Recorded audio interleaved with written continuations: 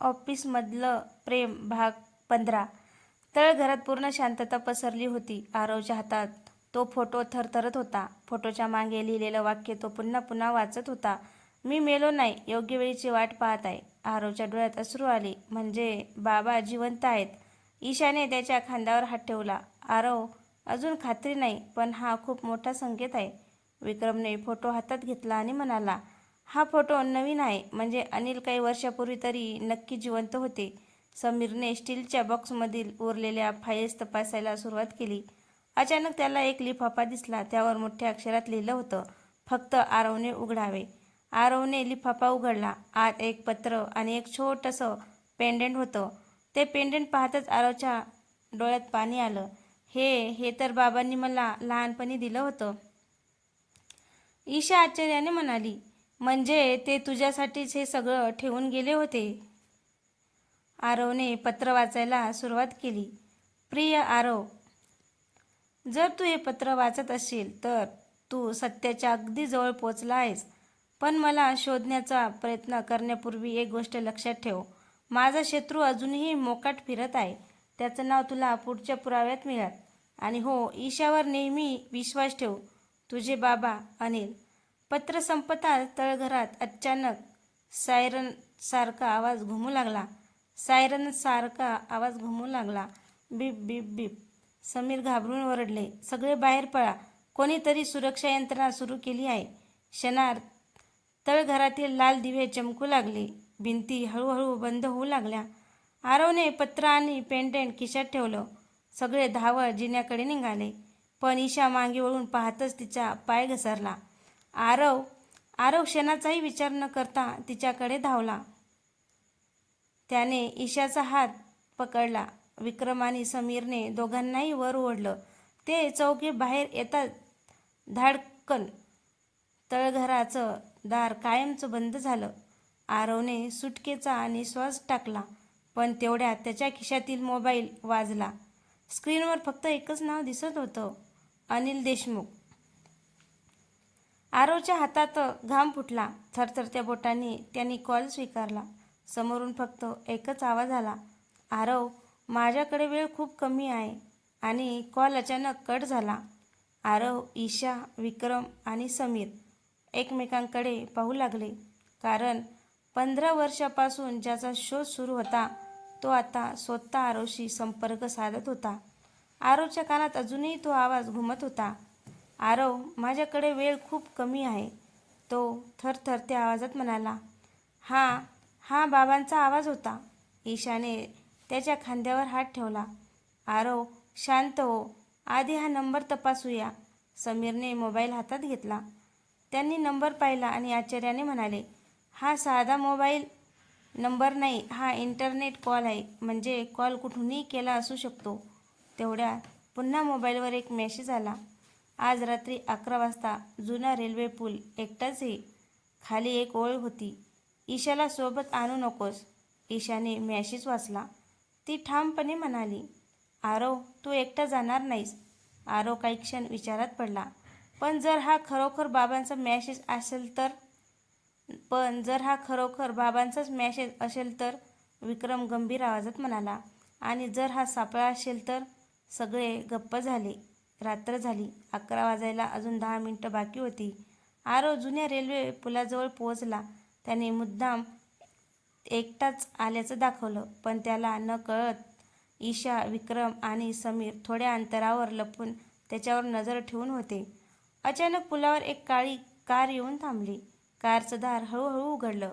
एक उंच व्यक्ती खाली उतरली. त्याने काळा कोट आणि टोपी घातली होती. तो हळूहळू आरवकडे चालत आला. आरवचं हृदय जोरजोरात धडधडत होतं. ती व्यक्ती अगदी समोर येऊन थांबली. मग त्याने टोपी काढली. आरवच्या डोळ्यात पाणी आलं. तो थरथरत्या आवाजात म्हणाला, बाबा. ती व्यक्ती हलकसं हसली. पण पुढच्या क्षणी पुलाच्या दुसऱ्या बाजूने 3 काळ्या गाड्या भरधाव वेगाने तिकडे येताना दिसल्या. त्या व्यक्तीचा चेहरा अचानक गंभीर झाला. तो आरवचा हात पकडून म्हणाला, आरव, बोलायला वेळ नाही, आधी इथून निघूया. आरव काही क्षण त्या व्यक्तीकडे पाहतच राहिला. त्याच्या डोळ्यात अश्रू दाटले होते. तुम्ही खरंच माझे बाबा आहात का? त्या व्यक्तीने हलकेच आरवच्या खांद्यावर हात ठेवला. आरव प्रत्येक प्रश्नाचं उत्तर देईन, पण आता इथून निघणं जास्त महत्त्वाचं आहे. तेवढ्यात 3 काळ्या गाड्या पुलाजवळ येऊन थांबल्या. त्यातून काही अनोळखी लोक खाली उतरले. त्यांच्या हालचाली पाहून विक्रम म्हणाला, आरव सावध. क्षणात वातावरण तणावपूर्ण झालं. ईशा लपून सगळं पाहत होती. ती हळू आवाजात समीरला म्हणाली, आपण आरवला मदत केली पाहिजेत. समीरने मान हलवली. आरव त्या व्यक्तीकडे पुन्हा वळला.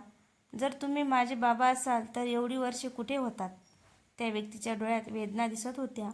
मी लपून जगत होतो कारण जर मी समोर आलो असतो तर तुझा जीव धोक्यात आला असता. तेवढ्यात काळ्या गाड्यामधील एक माणूस मोठ्याने ओरडला, त्यांना जाऊ देऊ नका. विक्रमने आरव आणि त्या व्यक्तीला इशारा केला. मागच्या रस्त्याने चला. सगळे धावत पुलांच्या दुसऱ्या टोकाकडे निघाले. पण अचानक त्या व्यक्तीच्या खिशातून एक जुना फोटो खाली पडला. आरवने तो उचलला. फोटोमध्ये तो स्वतः, त्याचे बाबा आणि ईशा लहानपणी एका बागेत हसताना दिसत होते. आरव थक्क झाला. ईशा, तू लहानपणी माझ्यासोबत होतीस? ईशाही फोटो पाहून गोंधळली. मला काहीच आठवत नाही. त्या व्यक्तीने फोटो पाहिला आणि शांतपणे म्हणाला, वेळ आली आहे. आता तुम्हा दोघांनाही तुमच्या भूतकाळाचं सत्य कळणार आहे.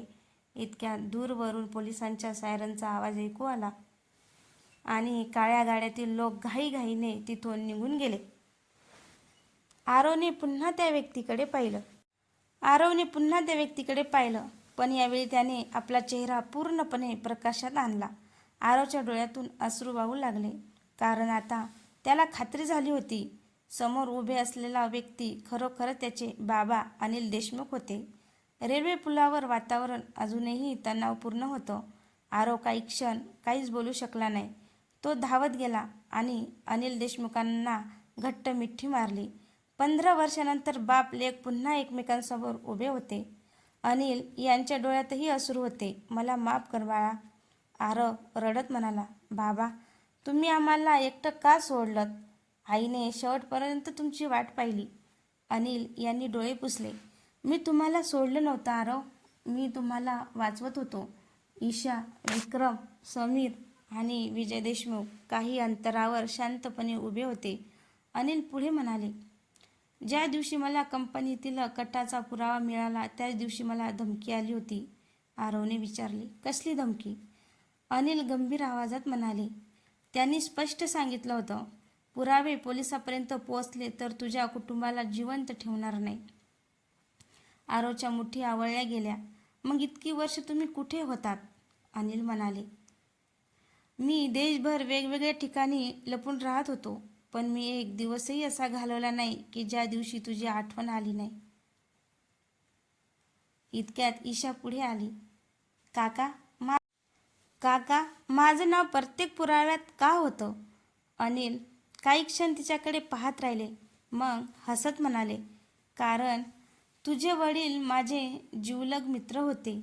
ईशा आश्चर्याने म्हणाली, माझे बाबा?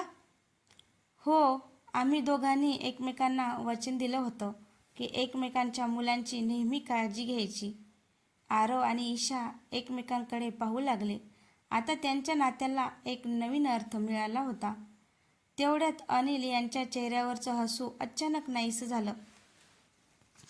त्यांनी दूर रस्त्याकडे पाहिलं. एक पांढरी SUV वेगाने त्याच्या दिशेने येत होती. अनिल घाबरून म्हणाले, तो आला. आरवने विचारलं, कोण? अनिल हळू आवाजात म्हणाले, ज्याच्यापासून मी 15 वर्ष लपून राहिलो. SUV त्याच्या अगदी समोर येऊन थांबली. दार उघडलं आणि त्यातून एक व्यक्ती खाली उतरली. तो हसत टाळ्या वाजवत म्हणाला, अनिल, इतक्या वर्षांनी भेटून आनंद झाला. अनिलच्या चेहऱ्यावर भीती स्पष्ट दिसत होती. आरवने त्या व्यक्तीकडे पाहिलं आणि त्याला जाणवलं, आतापर्यंतचा प्रत्येक धागा या एकाच माणसाकडे येऊन थांबत होता. पांढऱ्या SUVतून उतरलेला तो माणूस शांतपणे आरव आणि अनिलकडे चालत आला. त्याच्या चेहऱ्यावर भीती नव्हती, तर एक विचित्र आत्मविश्वास होता. तो हसत म्हणाला, अनिल, 15 वर्ष लपून राहिलास, पण शेवटी भेट झालीच. आरव रागाने पुढे आला. तू कोण आहेस? त्या माणसाने आरवकडे पाहिलं आणि म्हणाला, माझं नाव जाणून घेण्याची वेळ आली आहे. त्याने आपल्या कोटाच्या खिशातून एक ओळखपत्र बाहेर काढलं. त्यावर नाव होतं, विराज राणे.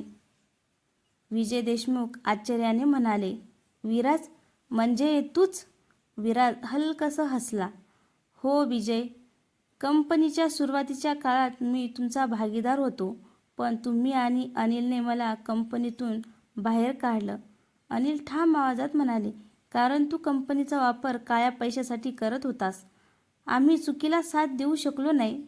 विराजचा चेहरा कठोर झाला आणि त्याची किंमत तुम्हाला मोजावी लागली. ईशा संतापाने म्हणाली, म्हणून तुम्ही इतकी वर्ष सगळ्यांचं आयुष्य उद्ध्वस्त केलं? विराज हसला. खेळ अजून संपलेला नाही. इतक्यात त्याच्या 2 माणसांनी पुढे येऊन एक बॅग जमिनीवर ठेवली. विराज म्हणाला, या बॅगेत शेवटचे पुरावे आहेत. आरव पुढे सरकला. मग ते पोलिसांकडे दे.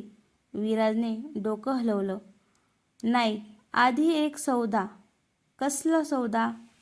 अनिल माझ्यासोबत येईल तर ही बॅग तुमची. आरव जोरात ओरडला, नाही, मी बाबांना पुन्हा तुमच्यासोबत जाऊ देणार नाही. अनिलने आरवच्या खांद्यावर हात ठेवला.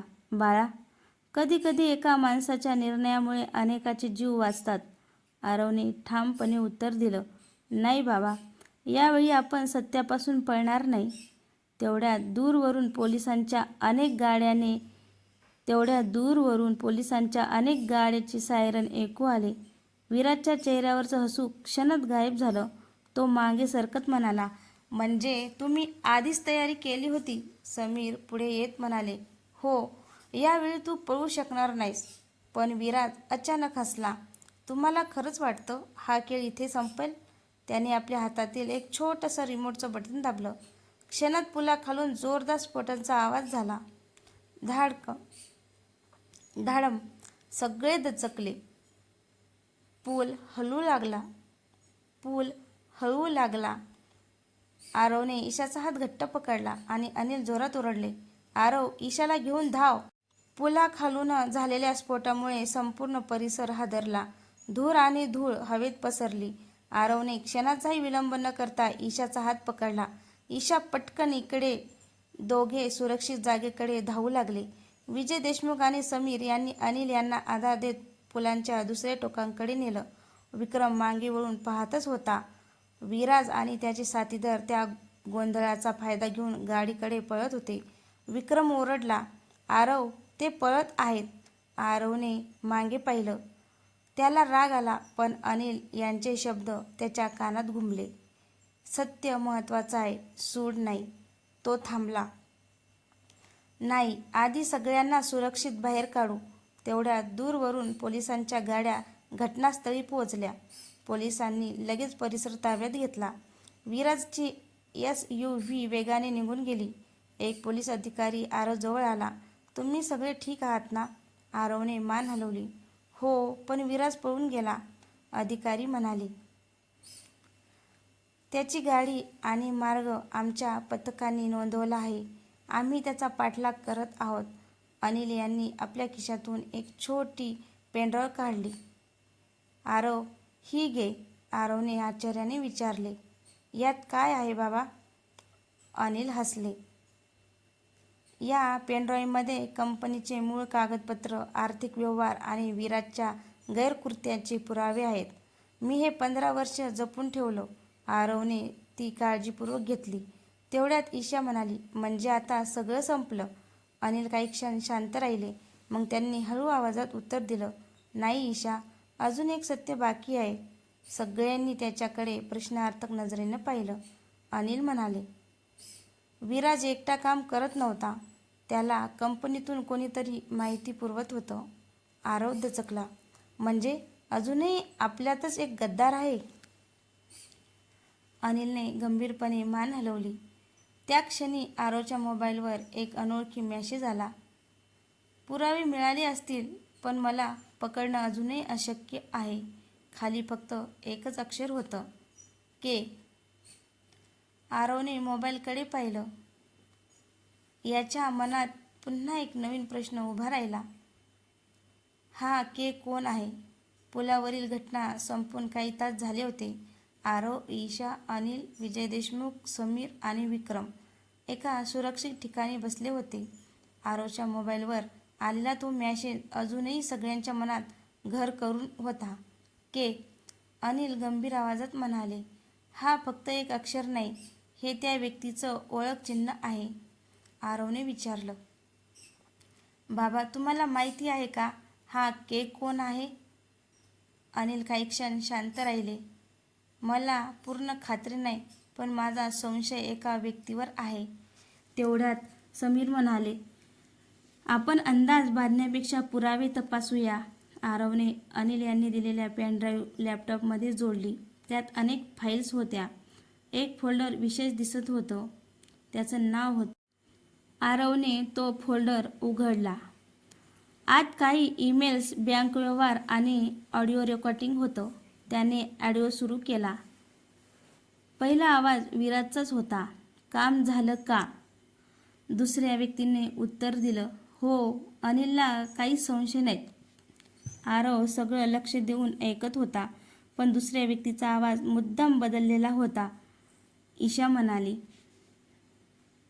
आवाज ओळखता येत नाही. अचानक ऑडिओच्या शेवटी एक छोटासा ध्वनी ऐकू आला. Ton ton ton. अनिल लगेच म्हणाले. हा आवाज. ध्वनी ऐकू आला. Ton ton ton. अनिल लगेच म्हणाले. हा आवाज. आरवने विचारलं. काय झालं? अनिल म्हणाले. हा आपल्या कंपनीच्या जुन्या घड्याळाचा आवाज आहे. तो आवाज फक्त एका ठिकाणी ऐकू यायचा. विजय देशमुख लगेच म्हणाले. जुन्या बोर्डरूममध्ये. आरव उठला.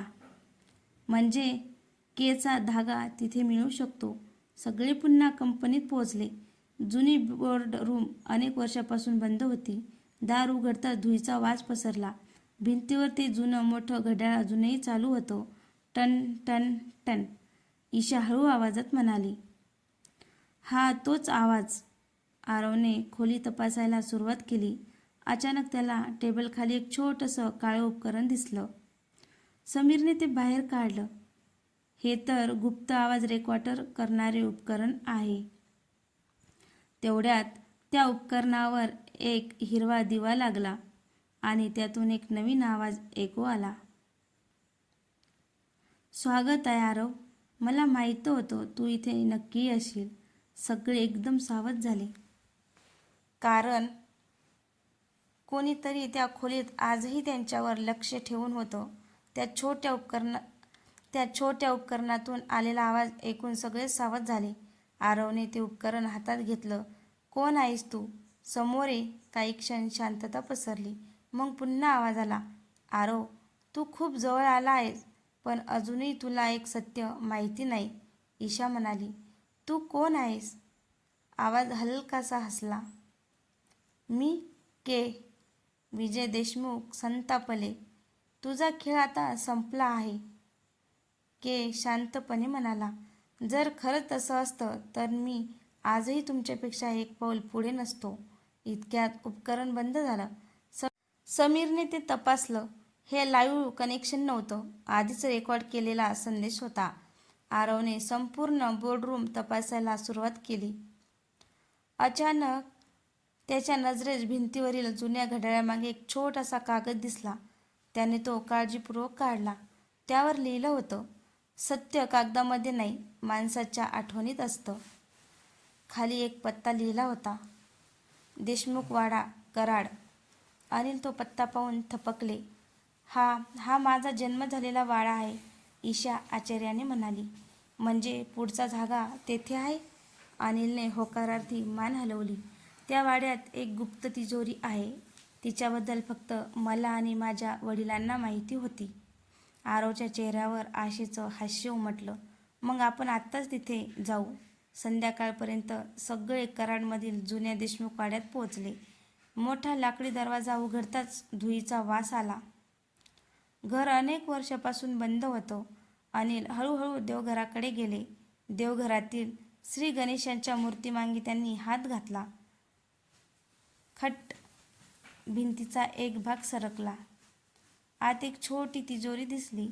आरवने ती उघडली. आत एक लाल रंगाची डायरी आणि एक सीलबंद लिफाफा होता. लिफाफ्यावर मोठ्या अक्षरात लिहिलं होतं, जर हा लिफाफा आरवच्या हातात आला असेल तर समज के तुमच्याच जवळ आहे. हे वाचताच खोलीत शांतता पसरली. सगळ्यांच्या नजरा नकळत एकमेकांकडे वळल्या. कारण आता संशय पुन्हा त्यांच्या स्वतःच्याच गटावर येऊन थांबला होता. तर मित्रांनो, तुम्हाला ऑफिसमधलं प्रेम भाग 15 कसा वाटला? आवडल्यास कमेंटमध्ये नक्की सांगा. आणि चॅनलवर कोणी नवीन असेल तर चॅनलला सबस्क्राईब करा, जेणेकरून माझी येणारी प्रत्येक कथा तुमच्यापर्यंत पोहोचू शकेल. धन्यवाद.